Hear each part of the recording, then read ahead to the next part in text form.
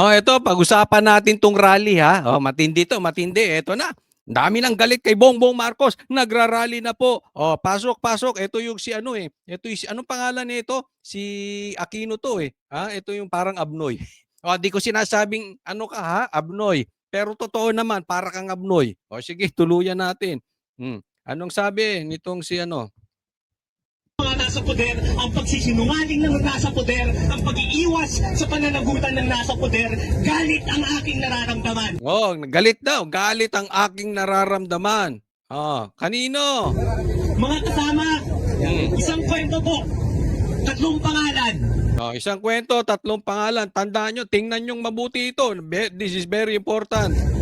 Bong Revilla, Bong Revilla, Juan Ponce Enrile, Enrile, nagbabalik na Jinggoy Estrada. Jingo Estrada, Revilla, Enrile, at nagbabalik na ano, Jinggoy, Revilla at saka nagbabalik na ano, Enrile. Basta yan, 3 yan. Oh, ano? Noong 2010 po, sila ang number 1, number 2, at number 5 sa ating mga senador. Ano yung nangyari mula 2010? Naibunyag ang Tidascam, sinipa si Jinggoy Estrada noong 2019, naisalba lang ng Administrasyong Duterte ang kurakot na si Bong Revilla. Kaya kita mo naman. Duterte na naman. So ibig sabihin na na-booking sila nung 2010. So sino 'yon? Sinong bida sa kwento niya? Yung tiyuhin niya. Ang linis naman. Ang linis-linis nyong mga Aquino. Hindi kayo komunista. Ang linis-linis nyo mga Aquino. Oh, anong nangyari dyan sa hacienda? Oh, ang lilinis nyo. So bida. Tapos, binanggit yung Duterte na naman. Pero na-notice nyo doon sa 3? Ang problema natin, flood control projects. Ba't napunta na naman sa Duterte? Brad, bakla ka ba? Hindi mo nabanggit si Saldico. Ay, alam naman natin ang binanggit eh. Tingnan mo ha. Anong binanggit ng Diskaya? Tambaluslos, di ba? Saldico. Bakit ang pinaniwalaan nyo yung sinabi nung kabila? Anong sinasabit mo dyan si Jinggoy? Ako wala po akong pakialam. Kung may kasalanan si Jinggoy, kung may kasalanan si Revilla, kung may kasalanan si Rile, ikulong ninyo. Pero teka muna. Napakademonyo nyo, mga animal kayo. Bakit nililigtas nyo si Tambaluslos? Pambihira tong mga to. 11 po ang inabot, pero 4 milyong Pilipino ang tumalikod sa isang nangungurakot. Noong 2022, sinalba ng unity team na Marcos Duterte. Oh, kasalanan. So, bida yung tiyuhin niya, kasalanan ng Marcos Duterte. Oh. Ligtas si Tambaluslos.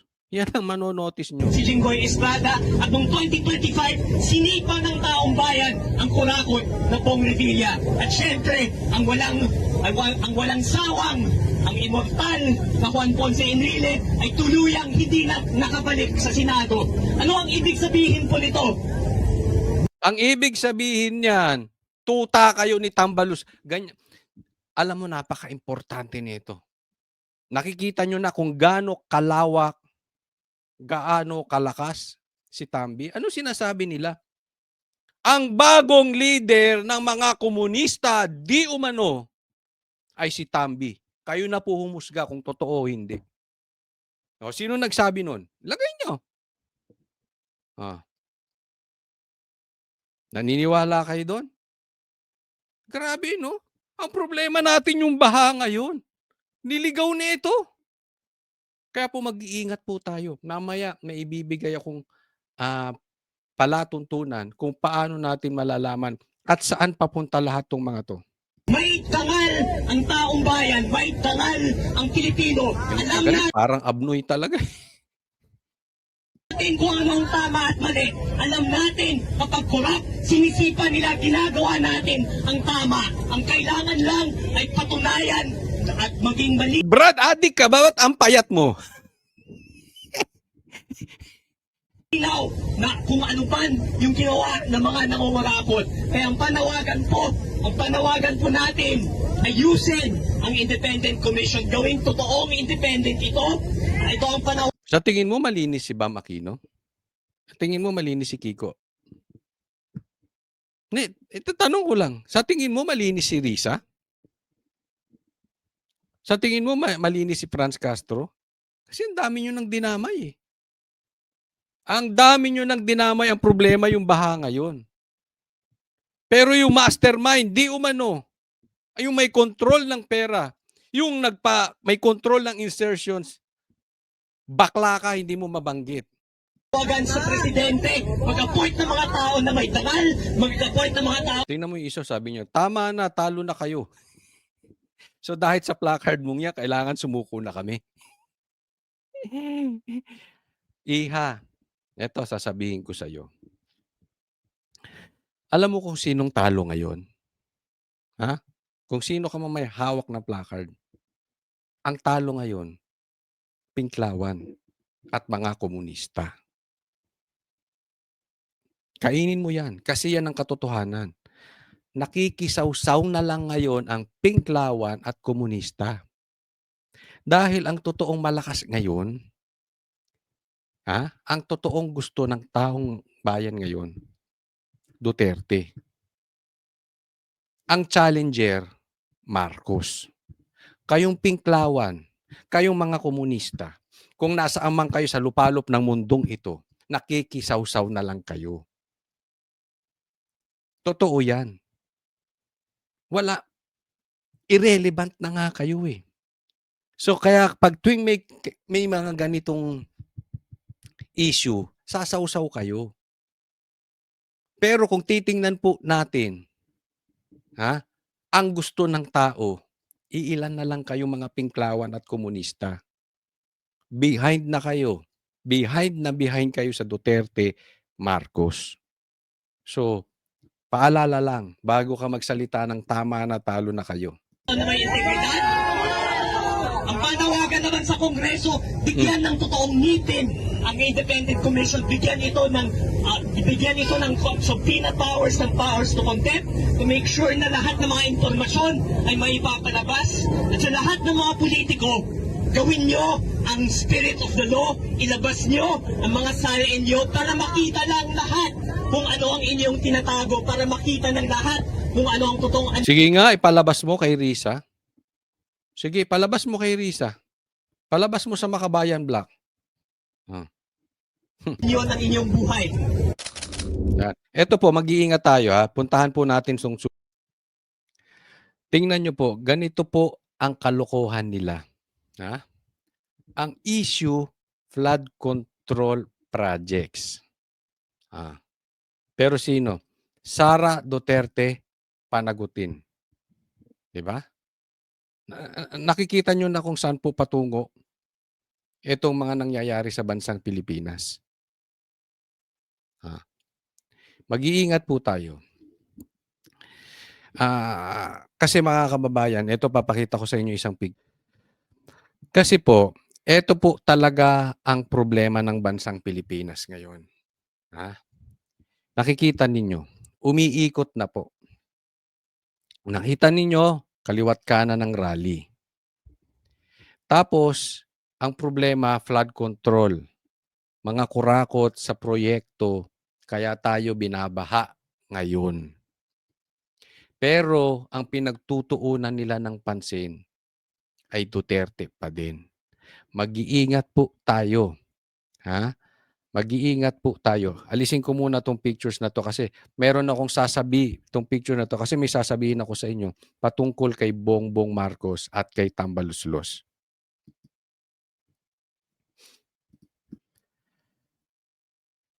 Eto, meron ako natanggap na intel at ang sabi ay magkaaway na daw talaga. Nagkakasigawan na nga daw.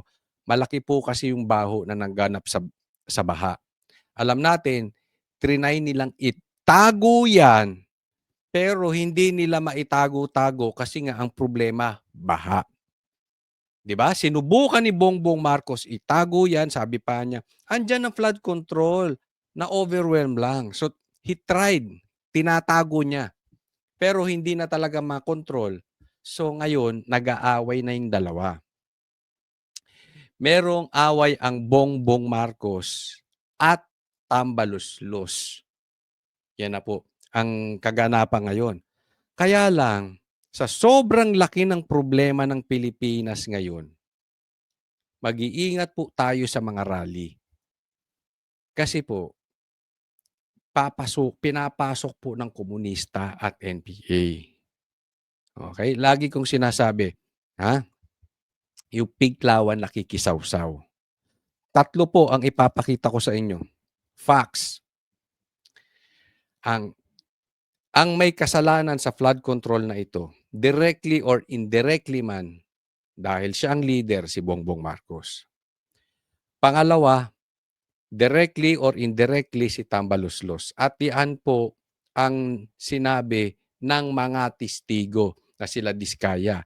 And that is public knowledge. Sino ba ang may kasalanan sa insertions? Sino bang may pausan ng mga akap-akap? At sino bang sinabi ni BP Sara na talaga may hawak ng pera ng taong bayan ni si Tambaluslos at saka si Tambi? Andiyan dyan po yan yung issue na yan. Yan dalawa. Pangatlo, ang Pinklawan talagang wala na. Wala na sa sirkulasyon. So, mga oportunista tong mga ito. Na makakasawsaw sila para makabalik, gagawin nila. Hindi talaga sila sa taong bayan. Kaya nga po ito, yung pinakita ko sa inyo kanina, isipin mo, ang problema ay flood control projects. Ang problema, yung baha ngayon. Pero sinong inaano nila? Teka muna, saglit.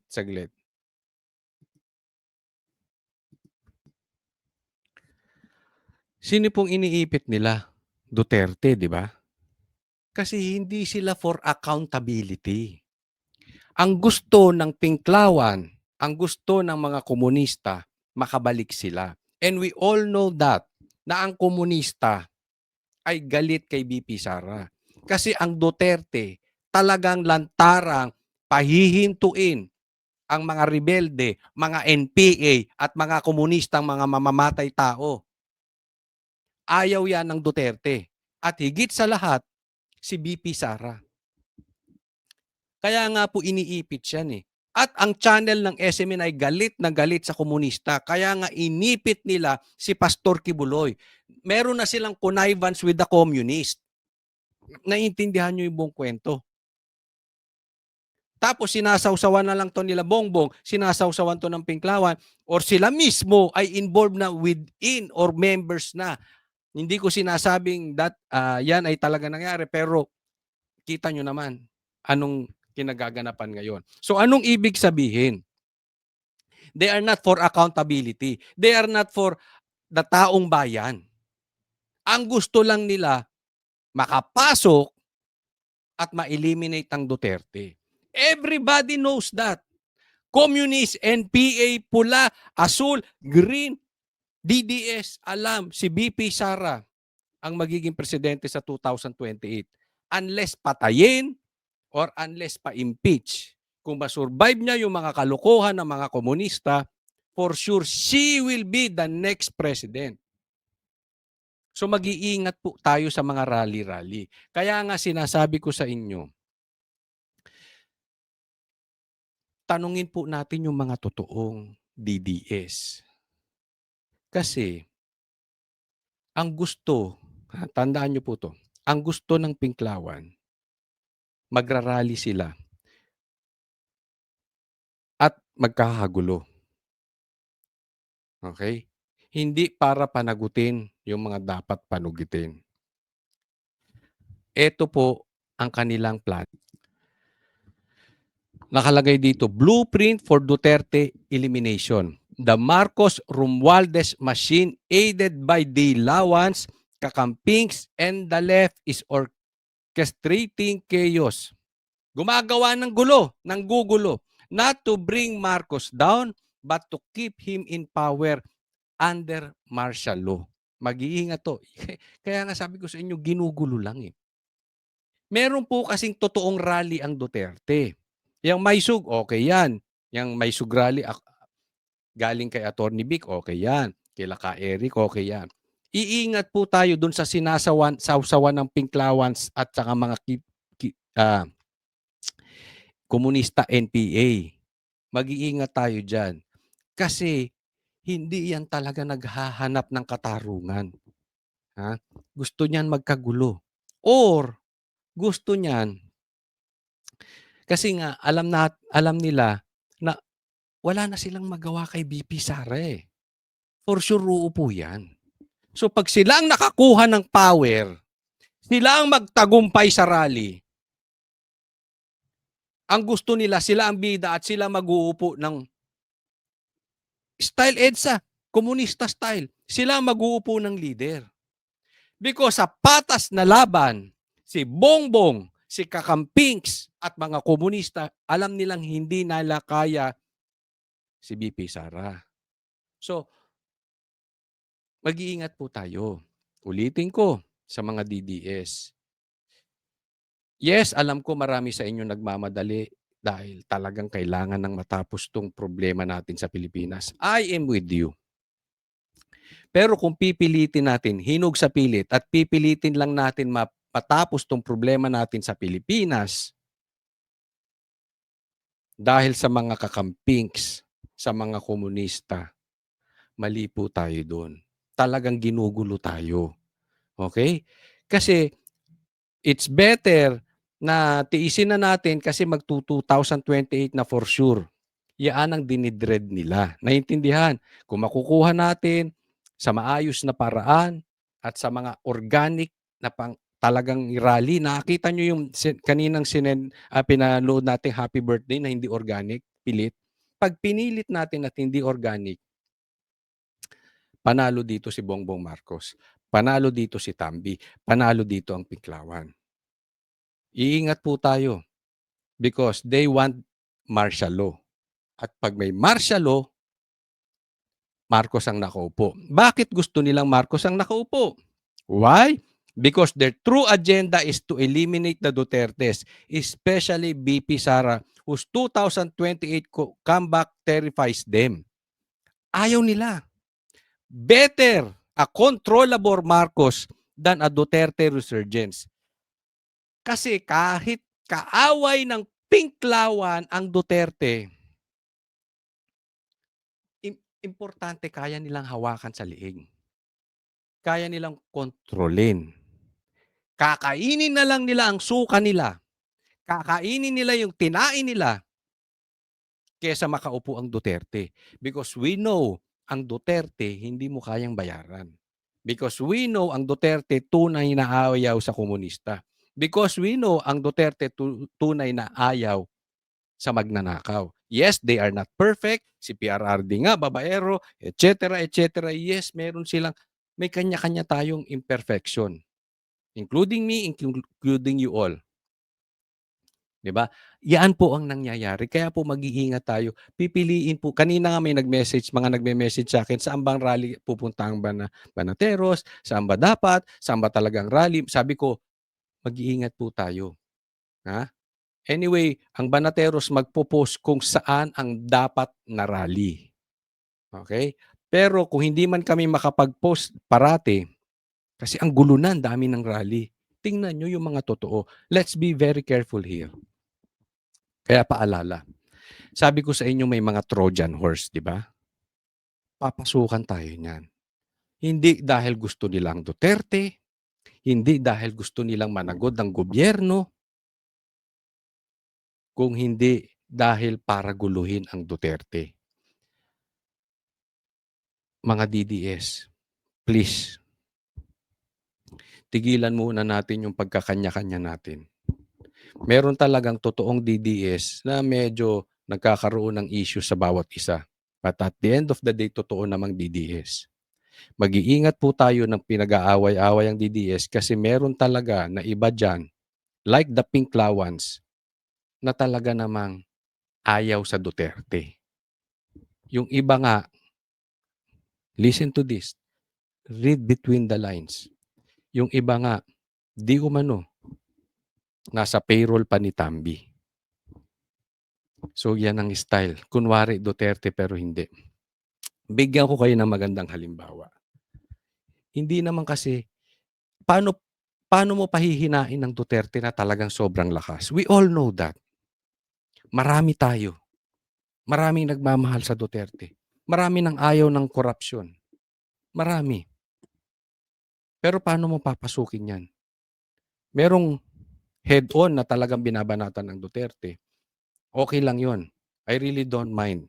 Mas maganda nga banata ng Duterte. Alam niyo nakakatakot? Yung kunwari kakampi natin.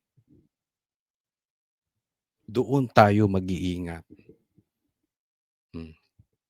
Kasi sisirain tayo.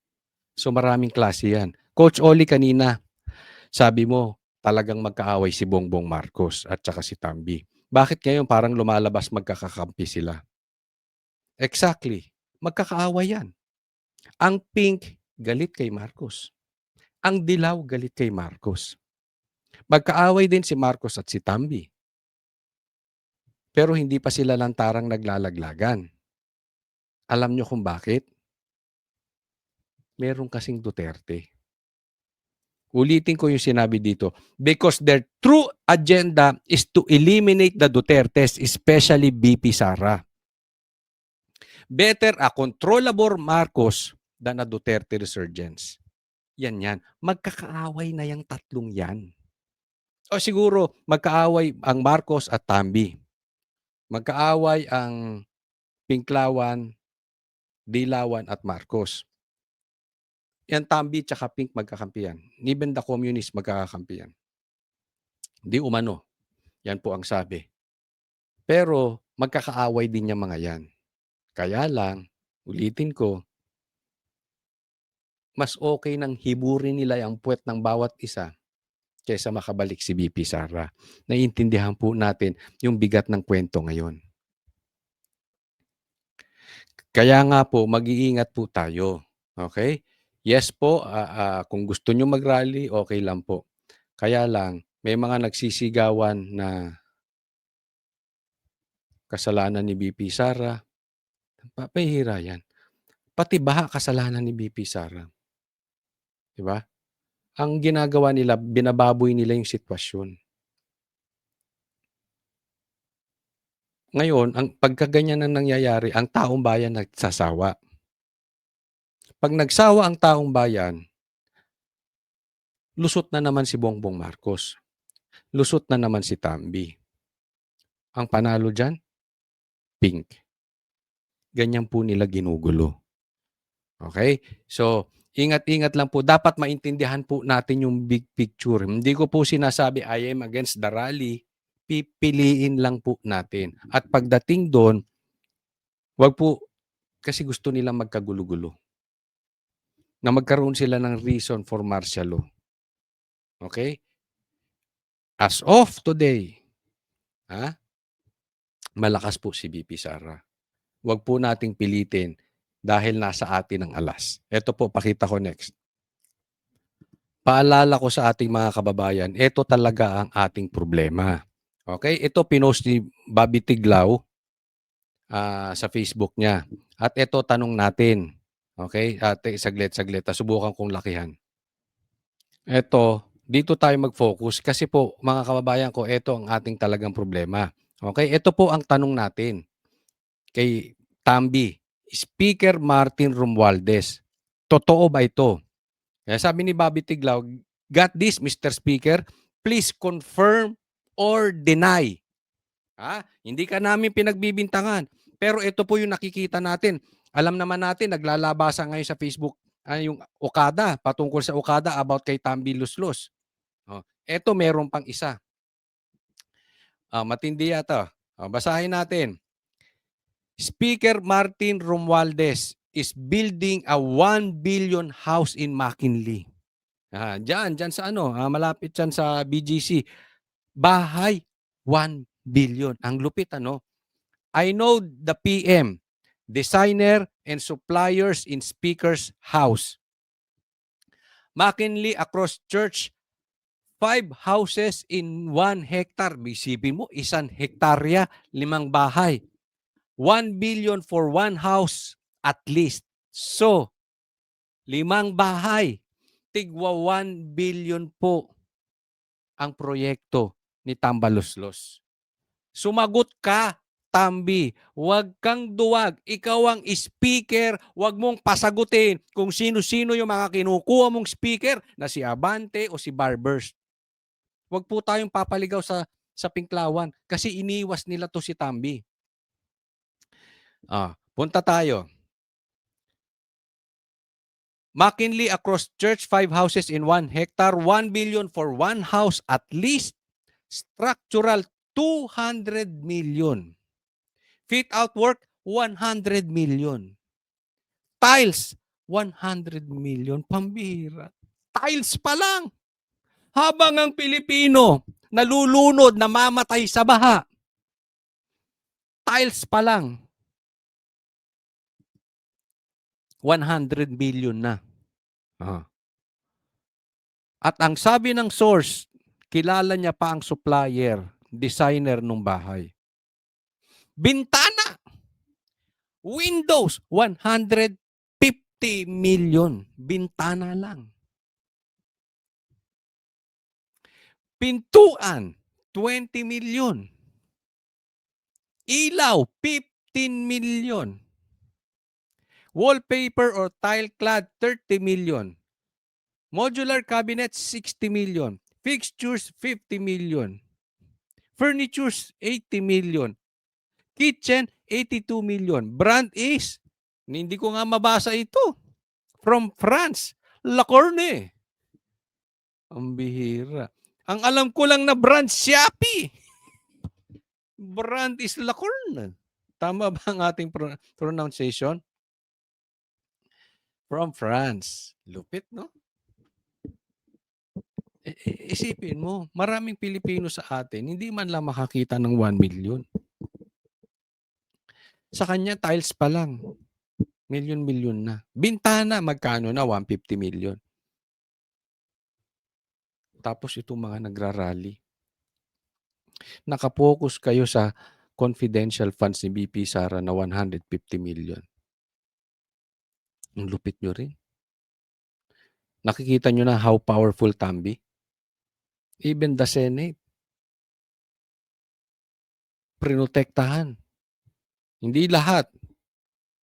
Pero yung mga atcheche dyan sa Senate, prinotektahan si Tambi. That's how powerful he is. Ganyang kalaki. Kaya ang hirap po eh. Ang laki ng kalaban natin dito. Ang laki pong pera. Designer is Jonathan Mati. That's why mas mataas ang SOP ngayon. It's systematically been there but this admin just higher because of this. Dati na may korupsyon sa Pilipinas. Alam naman natin yan. Huwag na tayo magpaka-virgin. Alam natin yan. Sinimulan yan ni tatay ni Marcos Senior, Marcos Senior. Hanggang ngayon meron, pero ibang klase to. Talagang kakaiba to. You always look at Nepo babies. They're just the tip of the iceberg. Yung bags na yan, wala yan sa mga bahay ng politicians. Averagely, 200 to 300 million. But for the bigger ones, 500 to 1 billion without the land value. Alam nyo bakit malaki to? Yung land value pa lang yan will cost so much. Possibly, half of the amount ng bahay. Lalo na kung sa Forbes yan. Kaya nga hindi ko maintindihan bakit may mga nagrarally ngayon ang kinakabahan mga taga-Forbes. Diba? Hindi natin alam kung sino-sino mga congressman doon na kurakot ang nakatira. Kasi parang unusual. Ngayon lang ako nakakita, nakarinig. Ang dami nang nagrarally sa Pilipinas. Even nung panahon ko, ilang taon na ako. Ngayon lang ako nakarinig na may nagrarally na takot yung mga taga-Forbes. Ibang klase, di ba? Kasi po dahil sa ganito.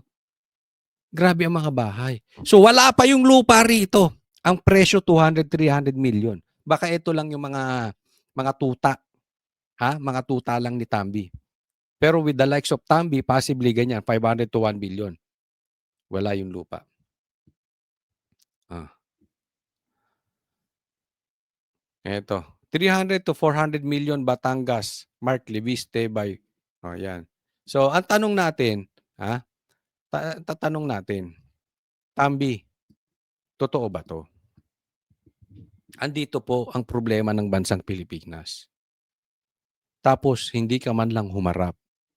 Alam nyo, kaya sinasabi ko sa inyo mga brad, si Marcos at Tambi ay magkaaway tang talaga. Pero ang nakakapagtaga dyan, eto, hindi niya kayang tanggalin si Tambi as House Speaker at hindi, ang pinapalitan niya si Tito Soto. Ang nagalaw niya Senate. Nakita nyo na? Kaya nga ang tanong ko dun sa mga kakilala ko, from the inside, sabi kasi nila ang lakas daw talaga ni Tambi. Ang hirap galawin. Bumabaha ng pera. Di umano. Pero ang sabi, ang tanong ko sa kanila, malakas ba si Tambi o mahina si Bongbong? Weak talaga si Bongbong. Sila mismo aminado. Parehas. Malakas si Tambi, weak na si Bongbong. Hindi magalaw-galaw. Kaya hanggang dyan, nakaupo. Kasi kung seryoso si Bongbong Marcos, dapat pauwi niya si Saldico. Magkaroon siya ng statement. Kasi ito si Saldico, pwedeng ginagawang fall guy din. Posible, di umano, nasabi nila, ayaw din niyang payagan ni Tambi umuwi. Kasi matatanong dito. So kung si Marcos talaga gusto ng totoong investigasyon, dapat doon pa lang makikita mo kung hindi bias si Bongbong Marcos eh. Dapat doon pa lang kinakastigo niya na, teka muna, pauwiin mo yan. Di ba? Napauwi nga nyo si Tebes. Napauwi nyo nga, napakawalan nyo nga si De Lima. Nakidnap nyo nga si Tatay Digong. Si Roque nga, pinauwi ninyo. Samantalang kay Saldico, walang komentaryo ang presidente. Medyo nakakapagtaka yun. Di ba? Hindi po ba kayo nagtataka na nagkakaroon dito ng problemang malaki ang bansang Pilipinas? Nagkakampi-kampihan na po. Tinatago nila yan. Kaya ulitin ko, kaya pag-iingat po sa atin dahil ibabagsak nila to sa Duterte. Maging mapagmatsyag, mapagmili ng mga susuportahan. Ang nakakatakot, ulitin ko, yung Trojan horse. Ulitin ko, ang problema, ay yung mga rally. Manggugulo. Kaya hirap po tayo ngayon makabuo ng totoong rally ng mga DDS. Alam natin marami tayo. Pero ginugulo nito mga to. Mag-iingat, papasukan tayo ng mga komunista, pinklawans, at mga bata ni Bongbong Marcos at Tambi. Pero yan. Bago tayo pumunta sa ating mga iba pang balita, yung mga sinabi ko kanina sa inyo, meron din tayong balita. Ito si Marcoleta, binanata na si Tito Soto. O talagang na-insulto si Tito Soto. Mamaya po yan. Dito muna tayo kay Auntie Claire. Yung paborito ninyo. O, di ba? Siyempre, panimula, pwede bang kantahan natin ng happy birthday ang Pangulo ninyo? O, kantahan natin happy birthday si Bongbong Marcos ha. Sige. At bago po tayo magtapos, batiin natin ang ating Pangulo ng maligayang kaarawan. Kantahan po natin ang ating Pangulo. Sabay-sabay po natin kantahan.